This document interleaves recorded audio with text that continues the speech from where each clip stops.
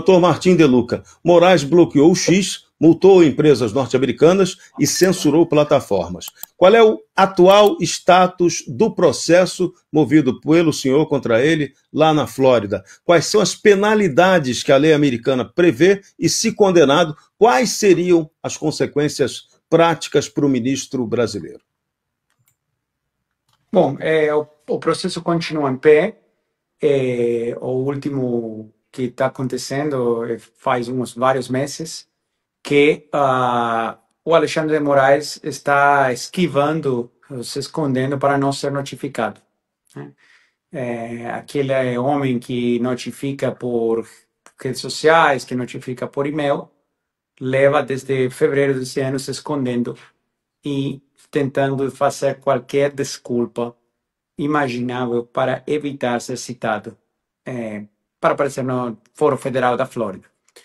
Ele tem feito isso de diversas formas. Vocês se lembram que quando começou o processo lá em fevereiro, o Alexandre de Moraes, o Jorge Messias, que agora, ironicamente, é uma piada de mau gosto, é candidato para uma vaga no mesmo STF, saíram falar que o Alexandre de Moraes ia se defender, que ia brigar contra o processo, que ia aparecer no Fórum Americano. A AGU gastou, sei lá, 4 milhões de dólares, uma coisa assim, para contratar um escritório para aparecer no processo na Flórida, defender a instituição do STF, defender o Alexandre de Moraes. E até o dia de hoje ninguém apareceu.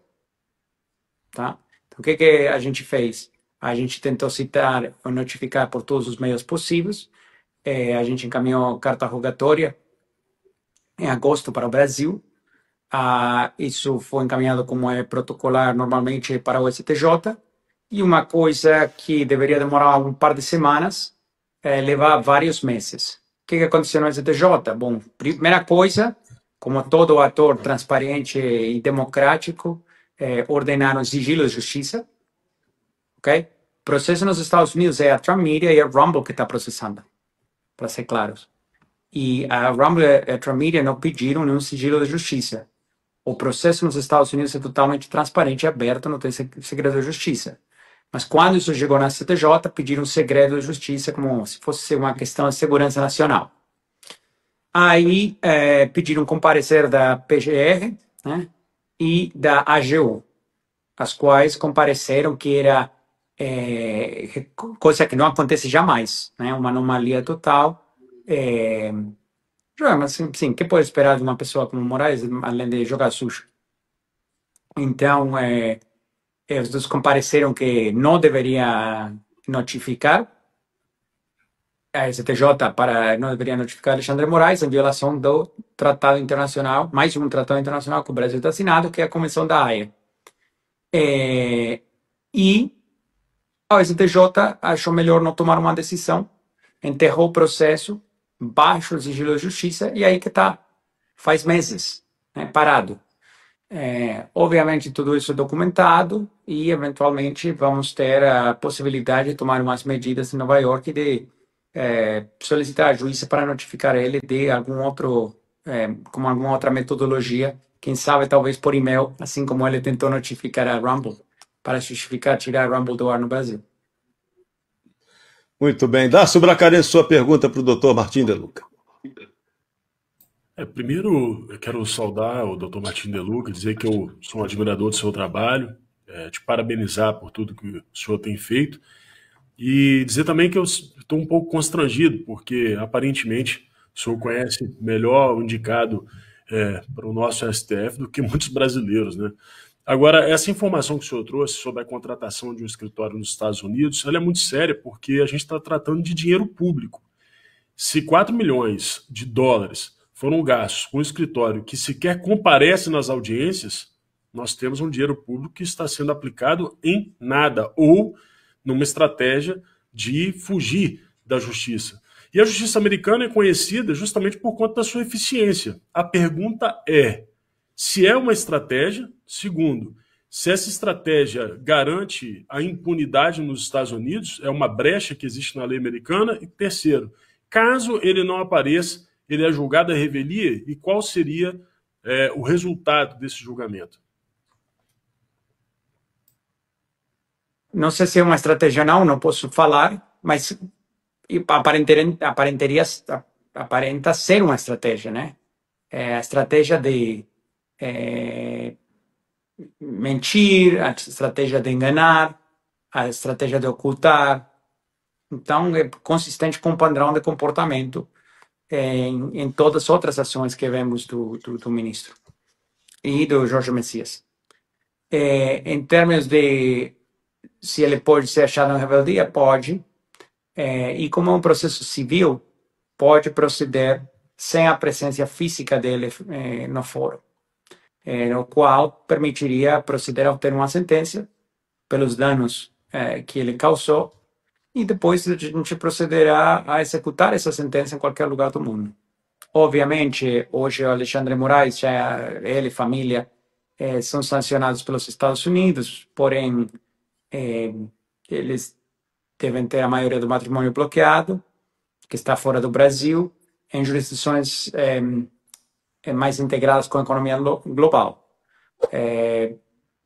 Geralmente, pessoas sancionadas tendem a mobilizar ativos, patrimônio, para jurisdições que não respeitam as sanções dos Estados Unidos, ou se recusam a respeitar, né? Que tem a China, enfim, jurisdições desse estilo. A outra coisa que também pode acontecer para evitar a execução de uma sentença obviamente, contratação de laranjas. Mas, enfim, aí eu estou especulando, só que é para vocês entenderem como prossegue um processo desses, uma vez que tem uma sentença por danos monetários sobre Alexandre de Moraes, pessoa física, e essa sentença é executada internacionalmente.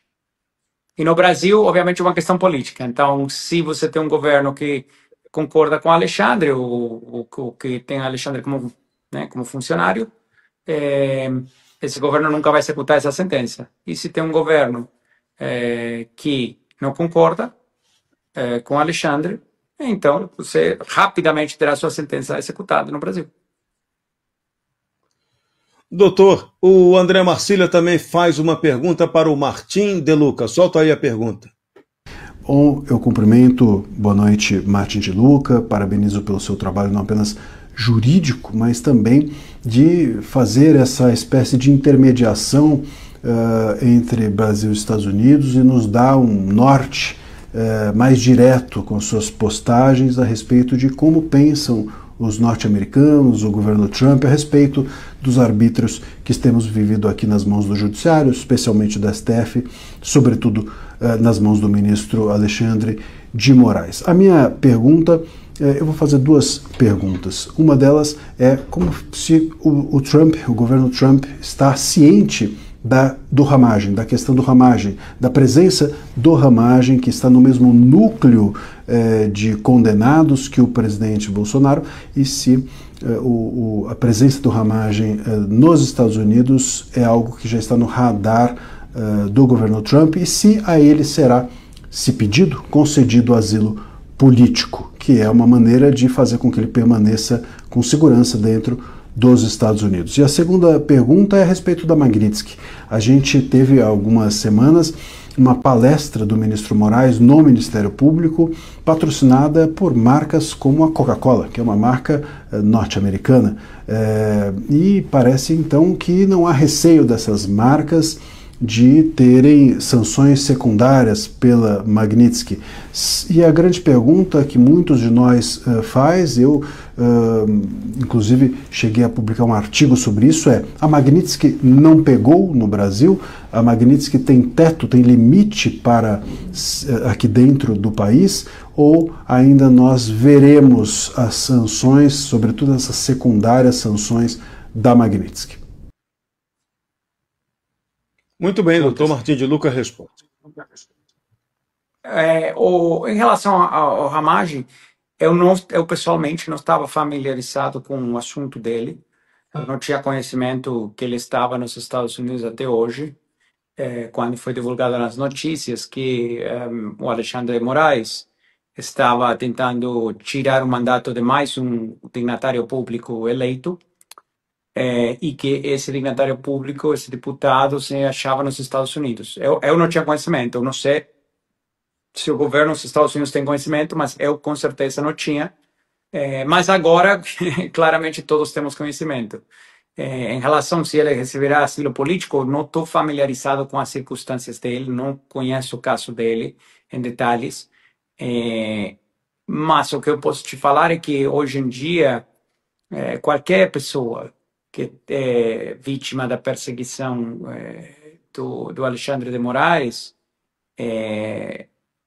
dependendo dos fatos, circunstâncias de cada um, mas em geral, tenderia a, obviamente, encaixar no critério de asilo, né? Porque é uma perseguição despiadada, sem nenhuma base na lei, a menos que seja a lei da canetada.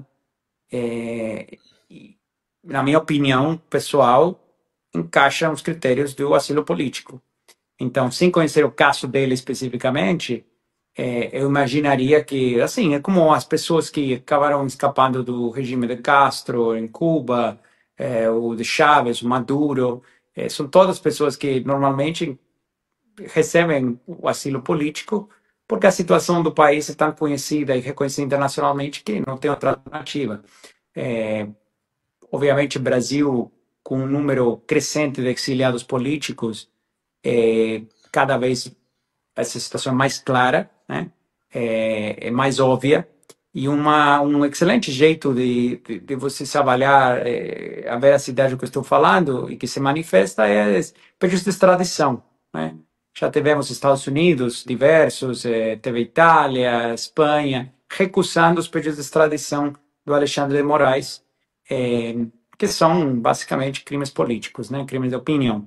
Até na administração do Biden, foi recusado o pedido de extradição do Alan dos Santos por mais crimes de opinião. Então, especialmente nos Estados Unidos, isso é um valor raiz da sociedade americana. Não importa partido político, se é republicano, se é democrata, pessoas não são extraditadas dos Estados Unidos por crime de opinião.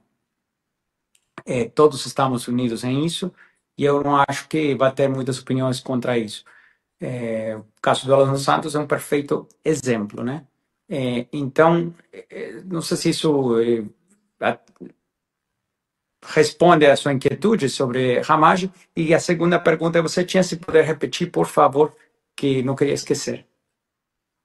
Ele perguntou sobre a questão da lei Magnitsky. Se a lei Magnitsky está sendo desrespeitada no Brasil. Certo. Olha, a melhor coisa para fazer, em vez de reclamar nas redes sociais, assim, reclamar nas redes sociais é sempre ótimo. Não estou falando deixem de fazer isso. Mas a melhor coisa para fazer quando vocês são testemunhas de uma situação dessas é simplesmente escreve para a empresa, tá?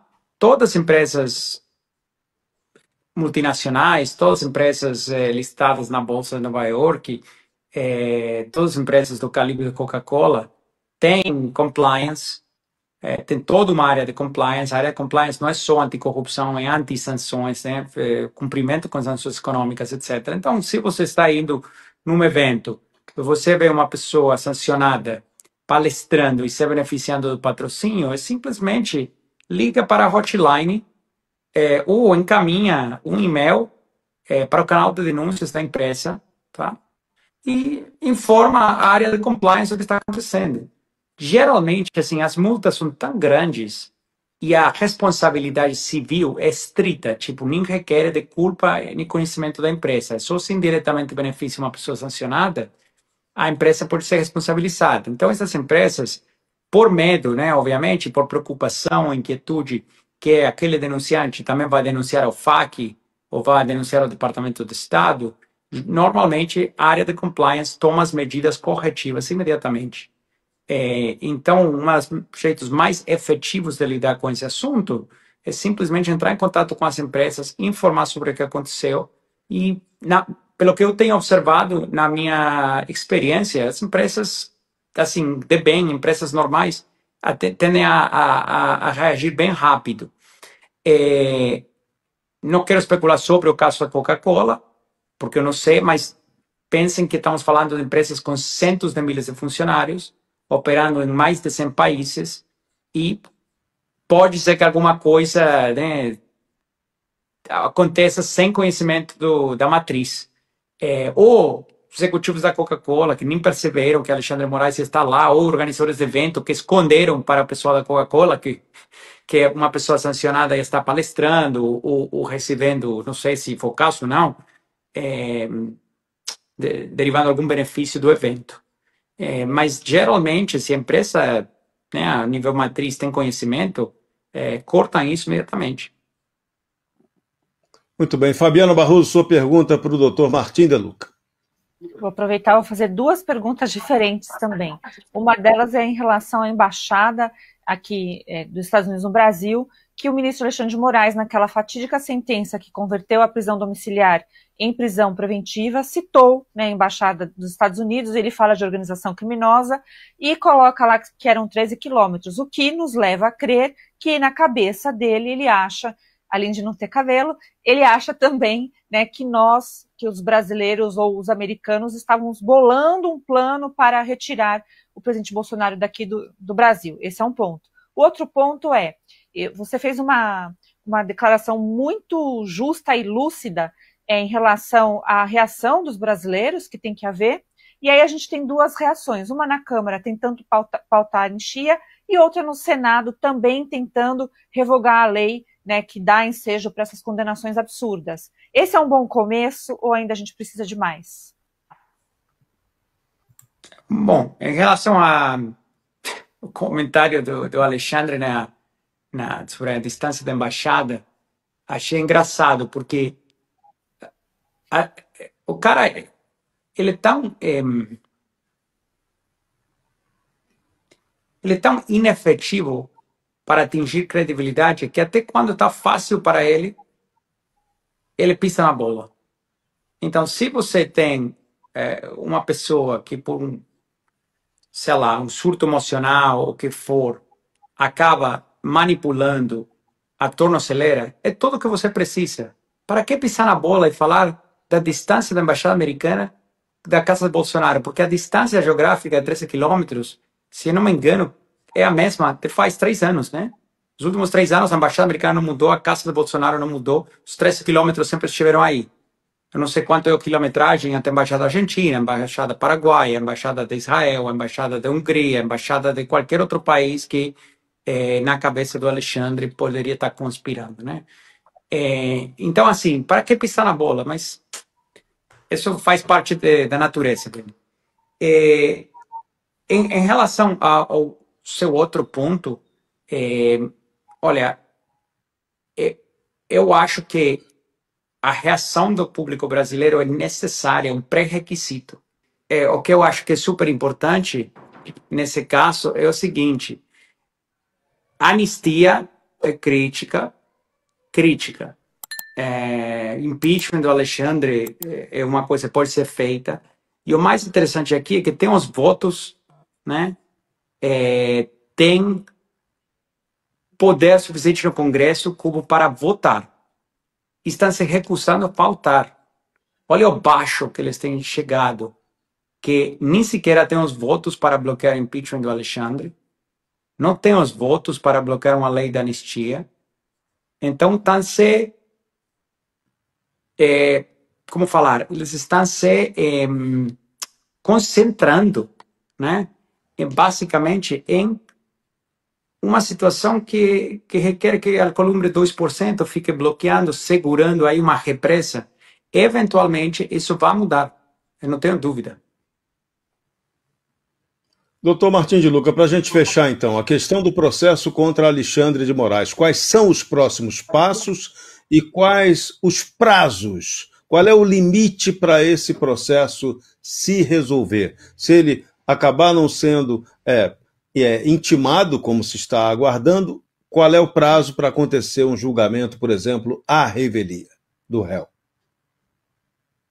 Olha, eu acho que o próximo passo vai ser que a Corte Federal determine se as ações das autoridades brasileiras estão deliberadamente frustrando ou não a notificação para Alexandre. Se estão frustrando isso de má fé, a juíza da Flórida poderia chegar à conclusão que Alexandre pode ser notificado por outros meios. Se isso acontecer, aí o processo poderia avançar. Em termos do julgamento, eu não esperaria isso acontecer até pelo menos vários meses, né, em algum momento do 2026. Mas em termos da rebeldia, isso é uma questão que a gente poderia ter novidades em breve, muito breve. Brasil é um país que já tem superado inflação, mega escândalos de corrupção, hiperinflação com Cruzeiro, Plano Real, e agora, infelizmente, tem que superar essa tirania, mas o povo brasileiro é um povo resiliente, né? E eu não tenho dúvida que isso aqui eventualmente vai ser superado, mas requer, sem dúvida, que esse esforço seja liderado pelos brasileiros. Isso não pode esperar que uma força estrangeira lidere o esforço para resgatar o Brasil. Porque existe aqui, doutor, um questionamento que o que acontece no Brasil não é um grupo de poder nacional. A nossa doença não é nacional. A nossa doença é internacional. Essa doença internacional tem facções criminosas da América Latina, tem o poder que vem da Ásia e teve também uma contribuição do último governo americano. E aí, para poder encaixar a pergunta, que é o último comentário seu, a gente precisa dessa ajuda internacional porque o remédio caseiro não vai solucionar esse problema. E mais, a gente já viu ao longo da história o Estado americano proteger empresas americanas. Isso aconteceu em Cuba, quando empresas americanas foram expropriadas, e o que aconteceu aqui, por exemplo, com o X, foi uma expropriação quando tomaram dinheiro, por exemplo, da SpaceX. Então eu queria saber, assim, se está acontecendo isso, a diplomacia americana pode defender o interesse dessas empresas e, eventualmente, chamar outros participantes do mundo livre para poder ajudar o Brasil nessa missão de se libertar e se tornar um país democrático novamente? Como eu falei, a ajuda internacional sempre pode ter. Obviamente, sobre o que você está fazendo referência, que é uma coisa muito séria, sobre